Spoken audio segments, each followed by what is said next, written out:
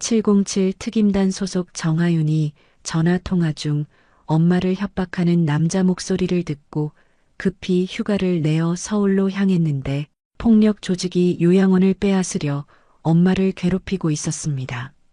작은 여자애라며 무시하던 조직원 7명이 새벽 한밤중에 하나씩 소음 없이 30초 만에 기절당해 사라지자 두목 장도식은 부하들을 찾지 못해 당황하며 직접 요양원으로 향했습니다. 여자라서 약하다고 생각한 순간 끝난 거예요 라고 말한 하윤이 장도식을 순식간에 제압하자 그제야 자신이 얕잡아 본 평범한 딸의 진짜 정체를 깨달으며 공포에 떨었습니다. 대체 어떤 기술로 무음 제압이 가능했을까요? 왜 아무도 저항할 시간조차 없었을까요? 오늘의 이야기 시작합니다. 그 전에 잠깐 구독과 좋아요 눌러주시면 복 받으실 거예요. 아침 6시 부대 내 체력 단련실에서 훈련을 마치고 나면 항상 엄마 생각이 났습니다.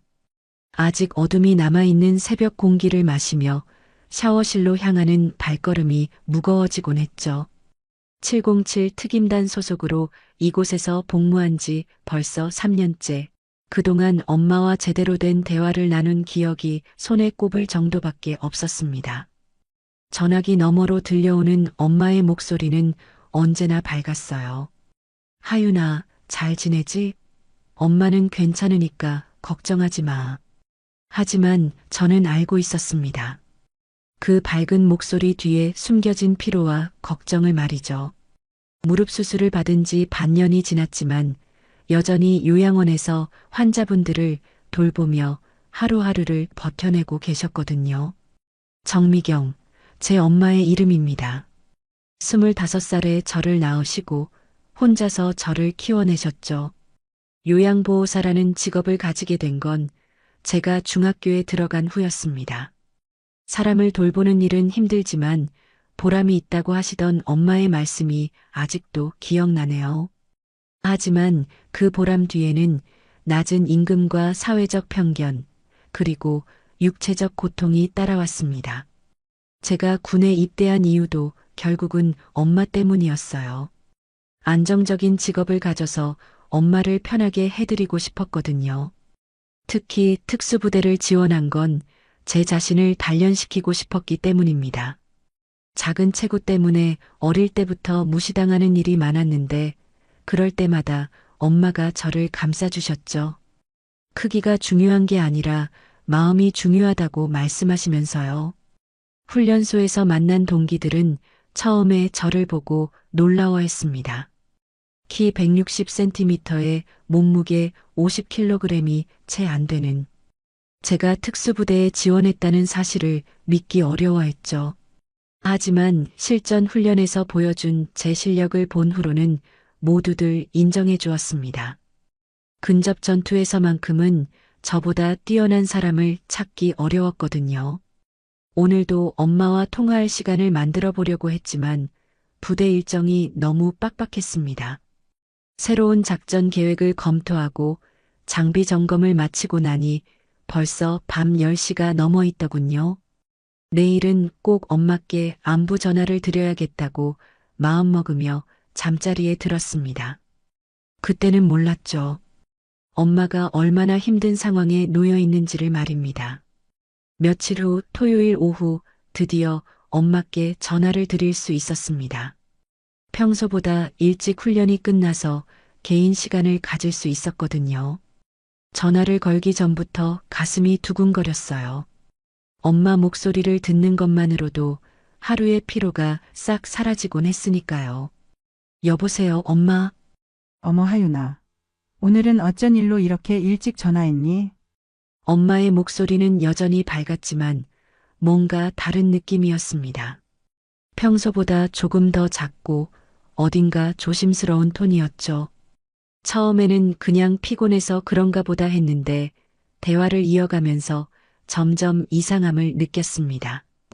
엄마, 무릎은 어떠세요? 아직도 아프신가요? 응, 많이 나아졌어. 걱정하지 마. 그런데 그때였습니다.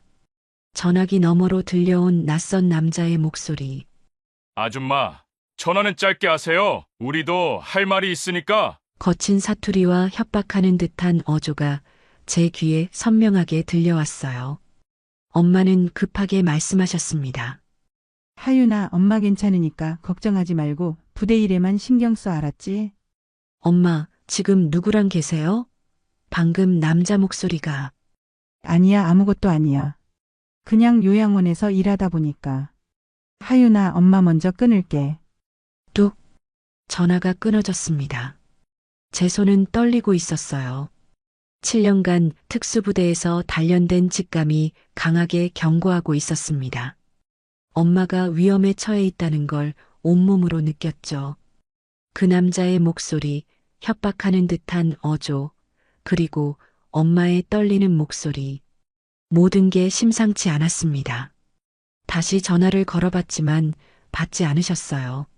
3번, 4번 더 시도해봐도 마찬가지였습니다. 평소 엄마라면 제 전화를 받지 않을 리 없는데 말이죠.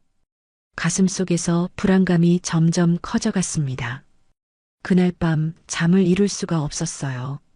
침대에 누워서 천장을 바라보며 온갖 생각이 머릿속을 스쳐갔습니다.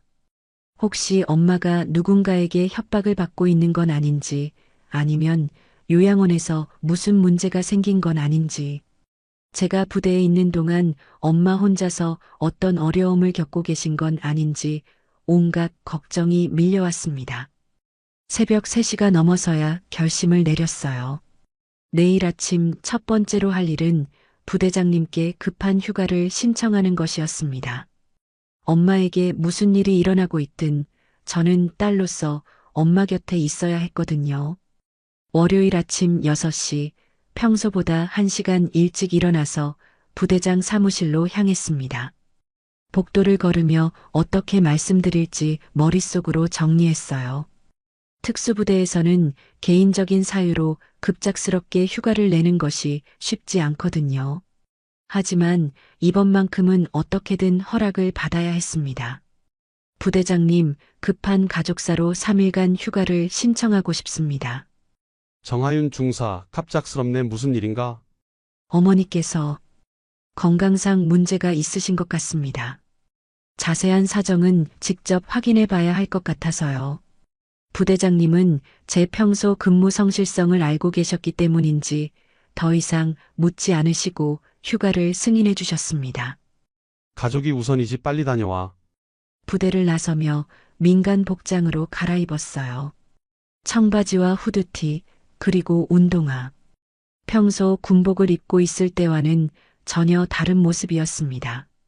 거울을 보니 정말 평범한 20대 여성 같았죠. 하지만 겉모습이 어떻든 상관없었어요. 중요한 건 엄마를 지키는 것이었으니까요. 서울행 고속버스에서 내내 엄마 생각만 했습니다. 어릴 때 제가 아플 때마다 밤새 간병해 주시던 엄마, 학교에서 괴롭힘을 당하고 와도 따뜻하게 안아주시던 엄마. 그런 엄마가 지금 누군가에게 위협받고 있다는 생각만으로도 가슴이 답답했어요. 오후 2시경 서울에 도착해서 곧바로 엄마가 일하시는 요양원으로 향했습니다. 평소 알고 있던 그 작은 요양원이었는데 건물 앞에 검은색 승용차 2대가 주차되어 있었어요. 차 안에 앉아있는 남자들의 모습이 심상치 않았습니다. 문신이 보이는 팔, 거친 인상, 그리고 무엇보다 요양원을 계속 감시하고 있는 듯한 시선들. 저는 조금 떨어진 곳에서 상황을 파악하기 시작했습니다. 특수부대에서 배운 정찰 기술을 활용해서 말이죠. 약 30분간 관찰한 결과 그들이 단순한 방문객이 아니라는 걸 확실히 알 수 있었어요. 요양원을 드나드는 사람들을 체크하고 간혹 안으로 들어가서는 큰 소리로 뭔가를 이야기하고 나오는 모습이 보였거든요. 해가 저물 무렵 드디어 엄마의 모습을 볼 수 있었습니다. 요양원 출입구에서 나오시는 엄마의 어깨가 평소보다 움츠러들어 보였어요. 뒤를 따라 나오는 건장한 남자가 엄마에게 뭔가 말하는 모습도 보였죠. 엄마는 고개만 끄덕이며 빨리 그 자리를 벗어나려고 하셨습니다. 그 순간 제 안에서 뭔가 끓어오르는 걸 느꼈어요. 누군가 제 엄마를 괴롭히고 있다는 사실, 그리고 엄마가 혼자서 그 고통을 감당하고 계시다는 현실. 저는 더 이상 참을 수 없었습니다. 하지만 성급하게 행동해서는 안 되었어요. 정확한 상황 파악이 먼저였습니다. 그날 밤 엄마가 살고 계신 작은 원룸에서 처음으로 진실을 들을 수 있었습니다. 문을 여시는 엄마의 표정은 놀라움과 걱정이 뒤섞여 있었죠. 하윤아, 어떻게 갑자기? 하시며 저를 안으로 들이시면서도 계속 밖을 두리번거리셨어요. 엄마, 무슨 일인지 말씀해 주세요. 제가 다 알고 있어요. 엄마는 한참을 망설이시다가 결국 모든 걸 털어놓으셨습니다. 장도식이라는 지역 폭력 조직 두목이 요양원 부지를 재개발 명목으로 빼앗으려 한다는 것, 거절하자 조직원들을 보내 협박하기 시작했다는 것, 그리고 엄마뿐만 아니라 요양원에 계신 환자분들까지 위협하고 있다는 사실을 말이죠. 처음에는 그냥 지나갈 줄 알았어. 하지만 점점 심해지더라고.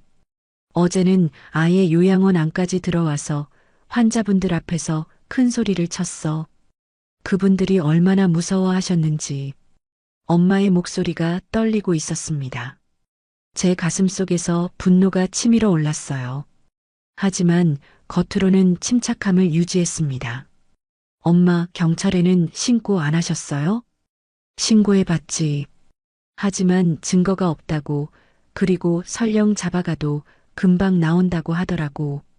오히려 신고했다는 걸 알게 되면 더 위험해질 수도 있다면서. 하윤아, 정말 어떻게 해야 할지 모르겠어. 그 순간 저는 결심했습니다. 이번에는 군인 정하윤이 아니라 딸 정하윤으로서 행동하겠다고 말이죠. 엄마를 혼자 두고 부대로 돌아갈 수는 없었어요. 엄마, 제가 해결할게요. 하윤아, 안 돼. 너까지 위험해지면 어떡해. 그 사람들이 얼마나 무서운지 몰라. 엄마, 저 믿으세요. 제가 뭘 하는 사람인지 아시잖아요. 엄마는 제 손을 꼭 잡으시며 눈물을 글썽이셨어요. 내가 너를 키우면서 가장 후회되는 게 뭔지 아니? 너 혼자 모든 걸 해결하려고 하는 거야. 어릴 때부터 그랬어. 엄마가 힘들어하는 걸 보면 혼자서 다 감당하려고 했지. 이번은 달라요, 엄마. 이번에는 딸로서 왔어요. 엄마를 지키려고 온 거예요. 그날 밤 엄마와 오랜만에 긴 대화를 나눴습니다. 제가 부대에서 어떤 훈련을 받았는지, 어떤 임무를 수행하는지에 대해서는 자세히 말씀드릴 수 없었지만 엄마를 반드시 지켜드리겠다는 의지만큼은 확실히 전달해드렸어요. 새벽 2시쯤 엄마가 잠들어 계실 때 저는 조용히 밖으로 나갔습니다. 정찰을 시작할 시간이었거든요. 장도식과 그의 조직에 대해 정확히 파악해야 했어요. 얼마나 많은 사람들이 있는지, 주요 거점이 어디인지, 그들의 일과 패턴은 어떤지, 모든 정보가 필요했습니다. 밤거리를 걸으며 요양원 주변을 다시 한번 살펴봤어요. 여전히 감시하는 차량이 있었고, 교대로 사람들이 바뀌는 걸 확인할 수 있었습니다. 이들은 생각보다 조직적으로 움직이고 있었어요. 하지만 그것도 제게는 정보였죠. 패턴이 있다는 건 예측 가능하다는 뜻이었으니까요. 다음 날 아침 엄마와 함께 요양원으로 향했습니다. 엄마는 제가 따라오는 것을 걱정하셨지만 상황을 직접 확인하고 싶다고 말씀드렸어요. 딸로서 엄마 직장이 어떤 곳인지 보고 싶어요라고 하니 더 이상 말리지 않으셨죠. 요양원은 생각보다 아담하고 따뜻한 곳이었습니다. 엄마가 돌보시는 환자분들은 대부분 거동이 불편한 어르신들이었는데 엄마를 보시는 눈빛에서 깊은 신뢰와 애정을 느낄 수 있었어요. 미경 씨가 없으면 우리가 어떻게 살아? 하시는 할머니의 말씀을 들으니 가슴이 뭉클했습니다. 하지만 그 평화로운 분위기는 오래가지 않았어요. 오전 10시쯤 검은색 승용차에서 남자 셋이 내려서 요양원으로 들어왔습니다. 앞서 걷는 남자는 40대 중반으로 보였는데 비싼 정장을 입고 있었지만 얼굴에는 흉터가 있었어요. 뒤따라오는 두 명은 전형적인 조직원 차림새였죠. 아, 정미경 씨. 오늘도 열심히 일하고 계시네요. 목소리부터 비꼬는 듯한 어조였습니다. 장도식, 바로 그 사람이었어요. 엄마는 몸을 움츠리시며 안녕하세요라고 작게 인사하셨죠. 그런데 여기 누구세요? 처음 보는 얼굴인데? 장도식의 시선이 저에게 향했습니다. 저는 최대한 평범해 보이려고 노력하며 대답했어요. 안녕하세요. 정미경 선생님 딸입니다. 아, 딸? 그래요? 장도식이 저를 위아래로 훑어보더니 비웃듯 웃었습니다. 작네요. 엄마 닮아서 약해 보이고 여자 하나 더 늘었다고 뭐가 달라지겠어요? 그 순간 제 안에서 분노가 치밀어 올랐지만 표정 관리를 철저히 했습니다. 오히려 더 작고 무해해 보이도록 어깨를 움츠렸죠.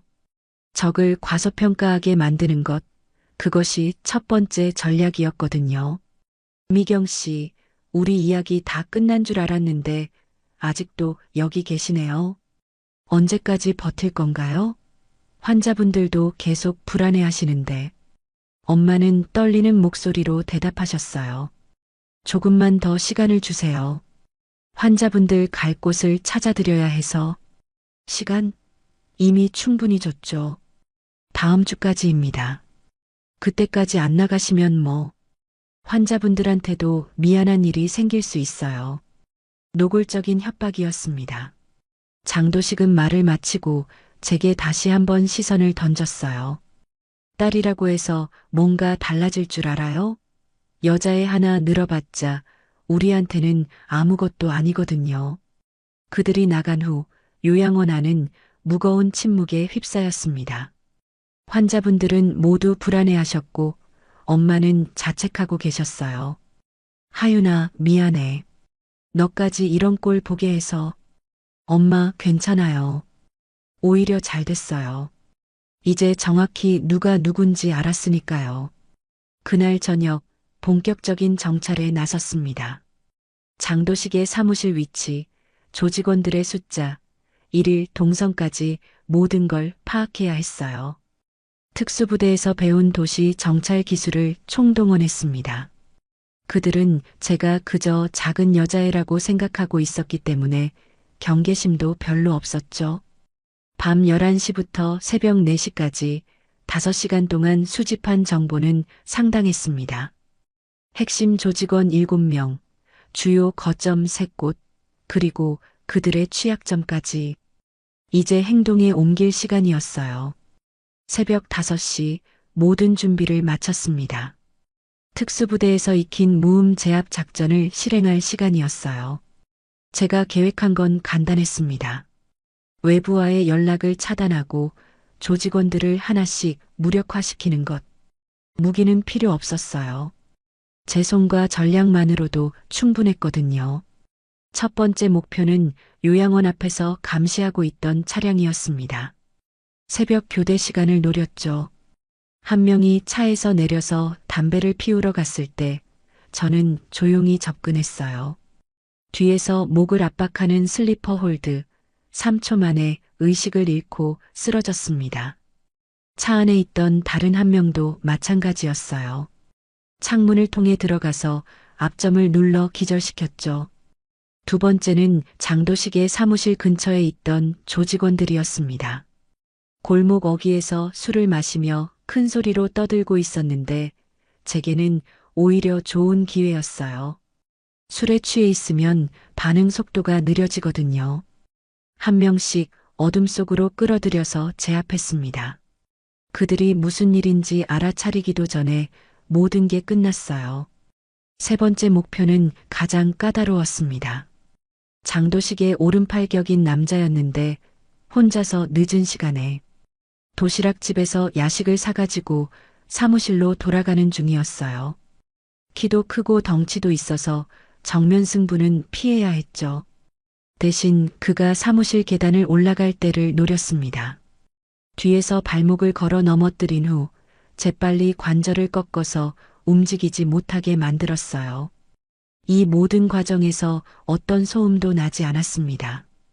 7년간의 특수 훈련이 몸에 배어 있었거든요. 각각의 제압은 30초를 넘지 않았고 그들이 의식을 잃는 것도 조용했어요. 마치 밤 그림자 속으로 하나씩 사라지는 것 같았죠. 새벽 6시 장도식은 아직 자신의 조직원들이 모두 무력화되었다는 사실을 모르고 있었습니다. 휴대폰으로 연락을 취하려 했지만 아무도 받지 않았죠. 제가 미리 그들의 휴대폰을 모두 회수해 놓았거든요. 뭐야, 이 새끼들이 왜 전화를 안 받아? 장도식의 당황하는 모습을 사무실 맞은편 건물 옥상에서 지켜봤습니다. 망원경을 통해 그의 표정 변화까지 선명하게 볼 수 있었어요. 처음에는 짜증만 내던 그가 점점 불안해하기 시작했습니다. 오전 9시 장도식이 직접 요양원으로 향했습니다.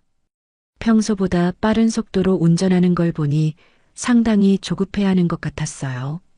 하지만 요양원 앞에 도착해서 자신의 부하들이 어디에도 보이지 않자 완전히 당황했죠. 이게 뭔 일이야? 어디 갔어, 다들? 저는 그때 모습을 드러냈습니다. 요양원 입구에서 평범한 복장으로 서 있었죠. 장도식은 저를 보고 비웃었어요. 어제 그 작은 애 아니야? 혼자 뭐 하고 있어? 기다리고 있었어요. 당신을. 그 순간 장도식의 표정이 변했습니다. 제 목소리에서 어제와는 완전히 다른 기운을 느꼈을 거예요. 차갑고 날카로운 그리고 확신에 찬 목소리를 말이죠. 뭐라고? 나를 기다렸다고? 장도식이 어이없다는 듯이 웃었습니다. 어제 보니까 겁에 질려서 떨고 있던 애가 갑자기 몸배짱이야? 저는 한 걸음씩 그에게 다가갔어요. 당신 부하들 찾고 있죠? 궁금하시면 말씀하세요. 어디 있는지 알려드릴게요. 뭐? 내 부하들이 어디 있는지 내가 안다고?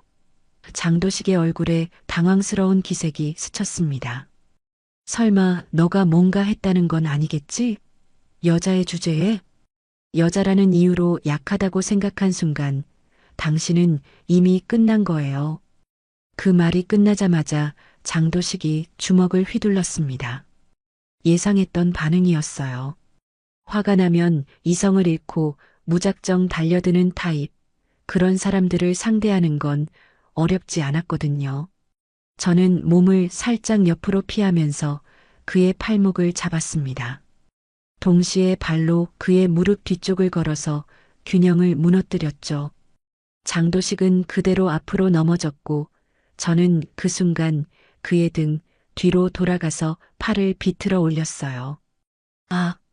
이게 뭐야? 조용히 하세요.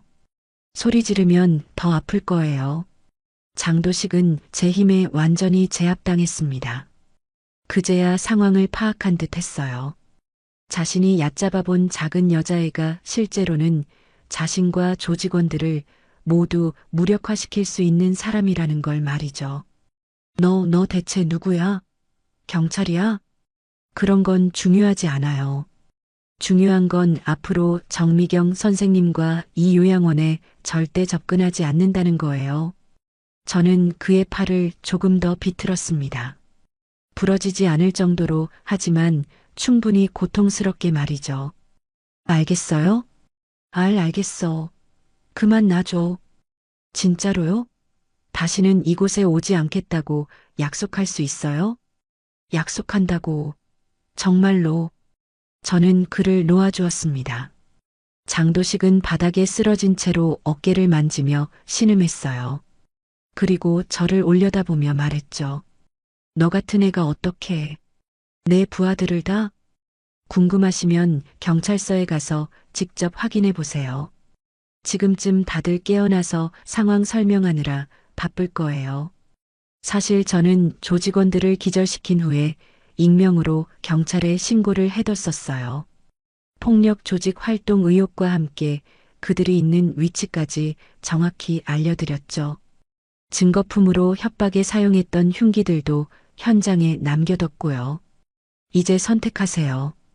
조용히 이곳을 떠나서 다른 일을 찾아보시든지 아니면 계속 이런 짓을 하다가 경찰서 단골이 되시든지. 장도식은 일어나서 옷을 털며 말했습니다. 이번만 봐주는 거야. 다음은 없을 거예요. 제 목소리에는 확신이 담겨 있었습니다. 그리고 장도식도 그걸 느꼈을 거예요. 더 이상 말하지 않고 터덜터덜 걸어가더니 차에 타서 사라졌습니다. 오후 2시쯤 경찰차 2대가 요양원 앞에 도착했습니다. 예상했던 일이었어요. 아침에 신고했던 폭력 조직원들을 조사하던 중에 이곳까지 오게 된 거겠죠. 경찰관들은 엄마와 저에게 몇 가지 질문을 했지만 큰 문제는 없었어요. 최근에 협박을 받으신 적이 있으신가요? 네, 있었습니다. 하지만 오늘 아침부터는 아무도 오지 않았어요. 엄마가 조심스럽게 대답하셨죠. 경찰관은 고개를 끄덕이며 말했습니다. 오늘 새벽에 관련 용의자들을 체포했습니다. 당분간은 안전하실 것 같네요. 그래도 혹시 또 무슨 일이 있으면 바로 신고해 주세요.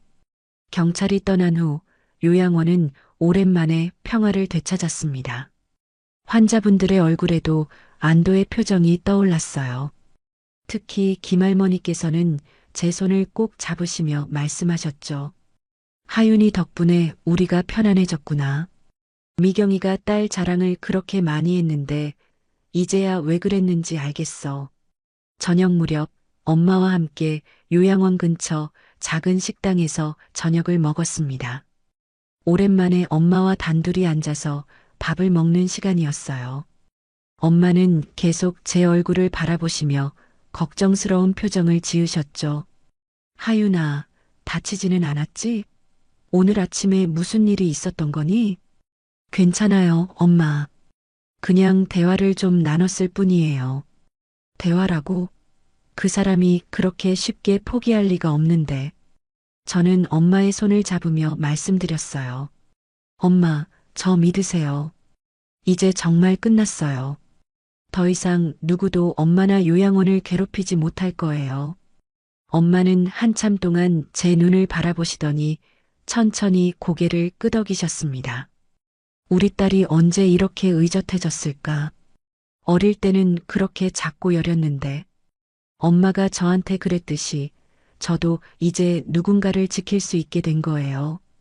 그날 밤 엄마의 원룸에서 함께 잠자리에 들었습니다.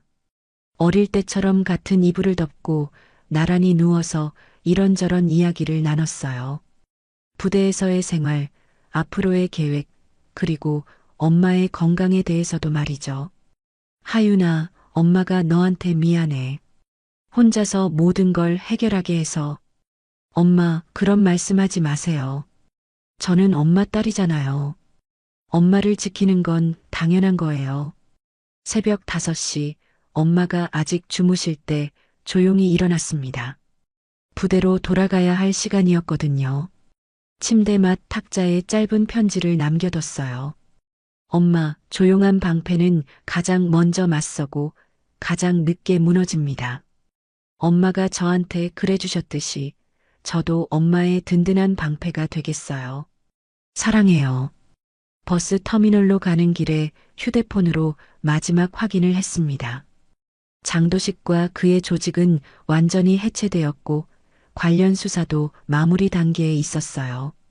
요양원도 이제 안전했죠. 부대로 돌아가는 버스 안에서 창밖을 바라보며 생각했습니다. 약해 보이는 사람이 약한 것은 아니라는 걸, 그리고 진짜 강함은 남을 지킬 때 나온다는 걸 말이죠. 엄마가 평생 저에게 보여주신 그 강함을 이제 저도 누군가에게 보여줄 수 있게 되었습니다. 무음의 심판은 끝났지만 엄마를 향한 제 사랑과 보호 의지는 영원할 것입니다. 오늘도 귀한 시간 내어 끝까지 시청해주신 구독자 여러분 진심으로 감사드립니다. 오늘의 이야기가 마음을 울렸다면 구독과 좋아요, 댓글 부탁드립니다.